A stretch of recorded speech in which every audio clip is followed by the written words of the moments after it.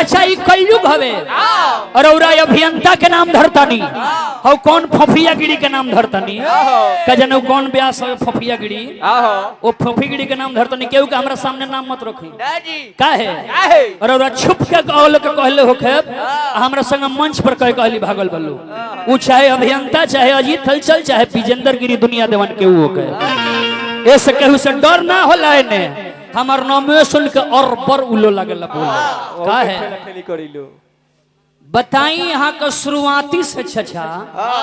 लोग कहला कि धूड़ा में आंख झोंके के यहाँ के आंखें में धूड़ा झोंकत माने हमनी के मंचवा मिल जलन वही मायकवा हमनी के इतना अपना के होशियार बुझी ले सके हमनी के हिंदुस्तान में हमनी ऐसा होशियार के होइले नहीं बताई मायक मिलल बा जब से शुरू कैले बनी तब से केवल यहाँ के भिखारी ठाकुर जी के महेंद्र मिश्री के बखान कैले बनी कि हम मोरा पर चले वाला हई संतोष भैया देखो हमरा ओरी हम उनकर गीत गाई ले सही बात बा हम ढेर बार यूट्यूब पर देखले बानी चैनल भाई डाल लोरवा बिहार सरकार के भी प्रोग्राम गाई ले ई मानल बात बावे लेकिन ओकरा विपरीत रौरा मंच पर कर रहल बानी ई अच्छा नहीं खेला गो काहे इंसान में से गो अच्छाई होखे आ एगो कमी एगो बुराई हो जाओ तो इंसान के गिरा देला रौरा लाख भिखारी ठाकुर जी के महेंद्र मिश्र के गीत गावत तानी गाई ले लेकिन जो रचनिया का संग रौरा हरकत कर रहल बानी अभी माने बेचारी नचनिया फूका फाड़ के बैठ कर रो रहल बिया जे हे काली माई हे दुर्गा जी कैसे कैसे ब्यास के बासे चढ़नी चढ़नी से चढ़नी फिर हे माधवपुर के काली माई हे दुर्गा जी ऐसा कृपा करो जे बिहान भइला ई घरे जास त इनका से हमार पिंड हल्का हो जाओ कैसे कैसे उनका गाड़ी में चढ़ गई। अच्छा बताई भिखारी ठाकुर जी के नाम ले वाला कलाकार महेंद्र मिश्र जी के नाम धरे वाला कलाकार अरुण अलवेला जी और रौरा नचनिया के संगे आके अब भिखारी ठाकुर जी है गीत गावत रहले कि अपना BS रानी हमर हच मिलावे दो भिखारी ठाकुर रहते नु महेंद्र बाबा रहते नु तेई और हच वाला निर्गुण सुन के उ गछ दे वही जब बैठ जाए बताइए भरल सभा में खाड़ होके हमनी के मंच दिया बाबे इतना सुशोभित कइल बाबे पुरानिया लोग बैठल बा कहत रहे मौसा ए काका आ तब कहत रहे नचनिया से रानी आओ अपना BSNL से होच लड़ावे दो अच्छा एक और रौरा प्रकोप नहीं खे बुझात कि यूट्यूब पर चढ़ी तो एक और प्रकोप का हुई घर के लोग देखी त का कही कही कि हम रामायण गीत गावे ला व्यास बबुआ के बनौले बनी आई बबुआ होच लड़ावत रे ना ये सब ना होके के चाहिए कैसा लड़ावत नहीं कर मेहरा दूसरा से लड़ावत हमरा ना कहे के हमर त भावे ही है बेचारी हम देवर है। अच्छा बारी बारी हमरा मेहरारू के कहत रे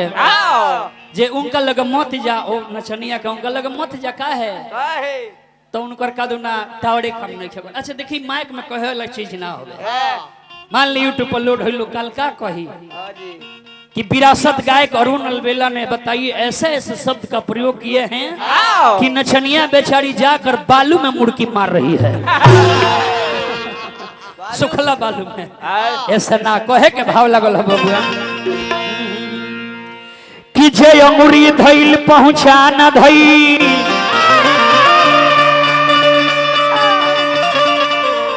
कि जे पहुंचा धरी पहुंचाई त कैसे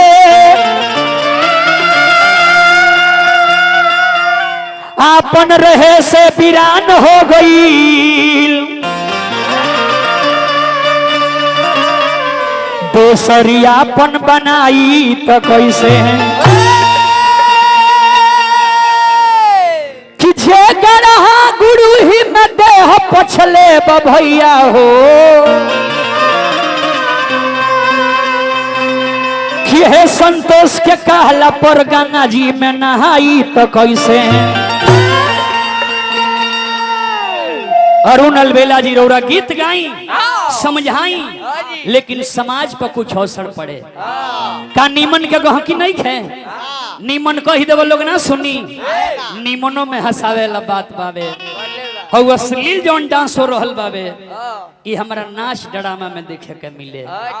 पहले के लबारी अवसन तो नचनिया के संग लौंडा के संग उमनिया करसन। ई रौरा ब्यास आई गरिमा पल्ले बनी रौरा ठीक नहीं खेला गो। अरे दुगोला हवे त महाराज रौरा जोन गाई ओके कहीं कि छपरा वाला संतोष यादव तहर नाम हवे। यूट्यूब वाला भैया छपरा वाला संतोष यादव, छपरा वाले संतोष यादव रौरा कितना पावर कोई सकीले अब ई सोचे का नहीं खे। 3 साल पहले करा के गांव के छोड़ दे नहीं जानता नहीं केकरा से शुरुआती भइल केकरा से एगो निकलल बारी महिषासुर के नानी होने यूपी के बड़ी ने परिकर रही हूँ नाम है निर्मला जादव आई रही मैं ब्यासन के जाके थाने रोक रही देह पो हमरा संग जहाँ दुगोला भइल छपरा में एक बार वो दिन से सिलेंडर बोर के साफ यूपी में कोपा गुल बड़ी हो को भवन धल बड़ी अभियंता अभियंता कतरा कौन के नाम धरतरा अभियंता और अजीत हल चला दुनिया देवान ई कौन छी के ब्याह समोसा खाली गारा गारी अला तू गा देबो ओकर जवाब दिहे सा ना दिहे सा लेकिन जवाब हेतर दियाला और उनल बेला ई गोले है का बबुआ ननक भाई हर ना रोकाई भाई जी हर ना रोकाई भाई जी तो जुगवा यावरी आगे जाई ना रोकाई भाई जी जौन की ई रामा शंकर यादव सिवान जिला के व्यास रामा शंकर यादव जी बहुत पहले कैसेट में गा देले रहले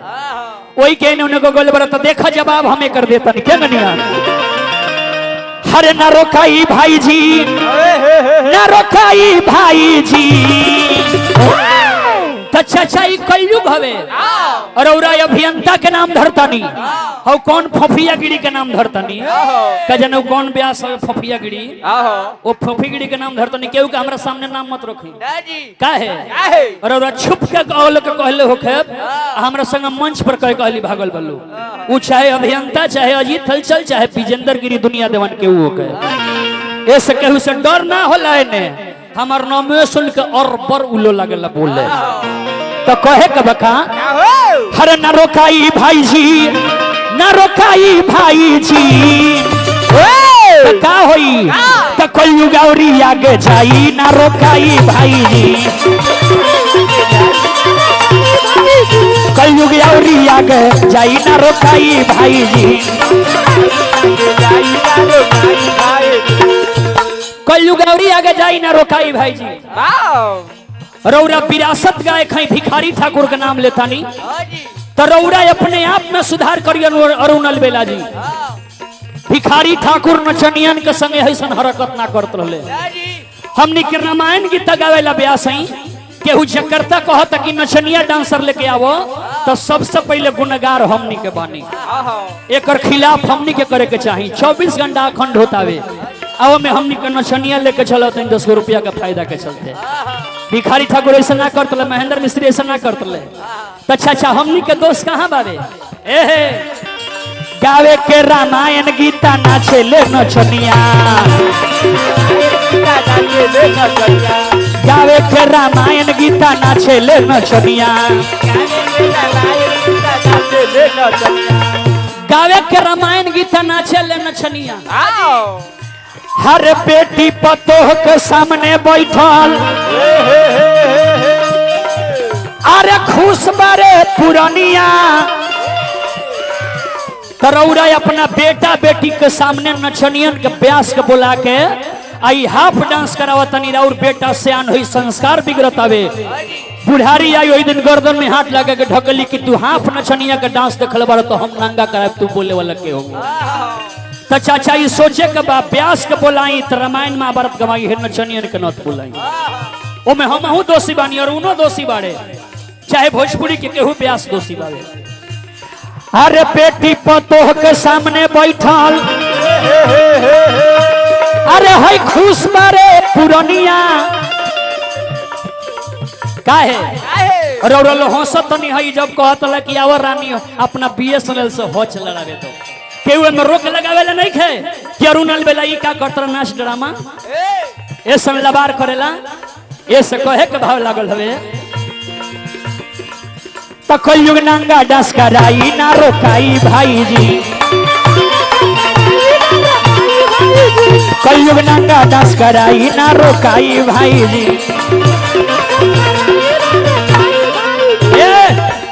परिवर्तन बताओ तनी अरुण बाबू, देखो कहाँ बाबे। पहले हमने के घर के मेहरारू के बिहल मेहरारू के केस ना कटात रहे। आए है बेरा ए बार बारात दुआरी लगता द्वार पर आ घर के मेहरारू कहाँ बिया? ब्यूटी पार्लर में। ओकरा बड़ा से लेन देन नहीं खे, वो ब्यूटी पार्लर में बिया। तो कहे का भाव लगल है बबुआ, अरे बिहल मौगी ब्यूटी पार्लर में ही रोज कटावे। अरे बिहल मौगी ब्यूटी पार्लर में ही रोज कटावे। बिहल मौगी ब्यूटी पार्लर में ही रोज कटावे। और का बबुआ कहे के भाव लगल है। आई हमरा डांसर कलाकार मुस्कान जी कोर सरून बाबू के डांसर कलाकार मुस्कान जी कोर से कौन धना सी बावे। ई ह जवाब ई ह गीत तो कहे के भाव लगल हो, सदा सुहागिन हो खुश रहो। ए बबुआ ब्यूटी पार्लर में बिहल मौगी ही रोज कटावे तो का होता?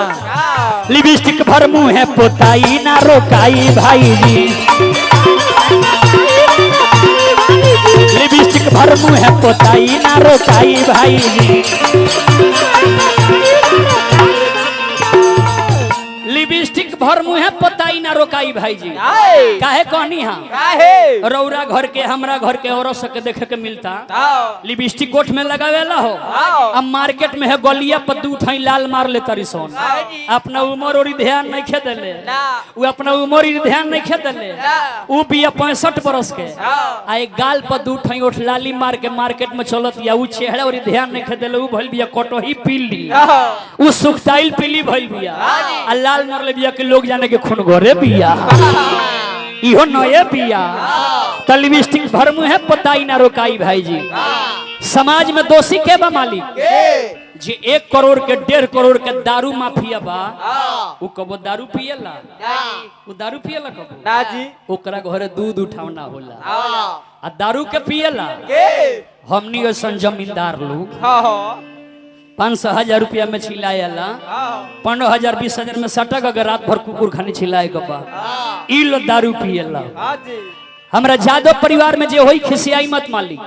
जादव परिवार के ओरिजिनल दूध सेंटर पर पहुंच जाता और उन्हें से जादव जी के पैकेट में पैसा मिलता तब बाजार पर रंग बढ़ने बड़े रे तनी ओरिजिनल देख कहाँ मिलता बे आ उ दाम देख के मुजवानी में से दूध देले बड़े दारू मार के का जना थिनरे देले बा। अब मार के कहता रे अब की बार मैं जिसको चाहूंगा वही माधोपुर पंचायत का मुखिया होगा। लोग कहता देखो है कौन मेहरारू कहला में वोट देले कि ना देले आई मुखिया के चुनाव जीता रहल बावे। ऐसे कहे के भाव लगल हो। अरुण बाबू गीत एतर जोराला जवाब एतर दियाला। अरे दारू तारी बेचे वाला पियो तावे दूध। अरे दारू तारी बेचे वाला पियो तावे दूध। हरे दूध दही बेचे वाला हरे दारू खो जाता सूद। तो का होई देख लका है पुलिस केतनो गश्ती लगाई ना धराई भाई जी। पुलिस केतनो गश्ती लगाई ना धराई भाई जी। गाना शर्मा सुभाष के कलम से लिखाई भाई जी। गाना संतोष के जुबानी से गवाई भाई जी। आज रात भर जे तोहर जवाब दियाई भाई जी।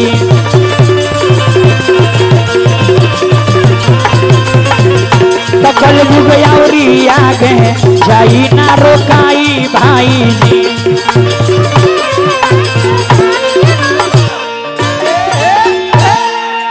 अच्छा हम कहतानी कि हम नीमन बानी तो हमरा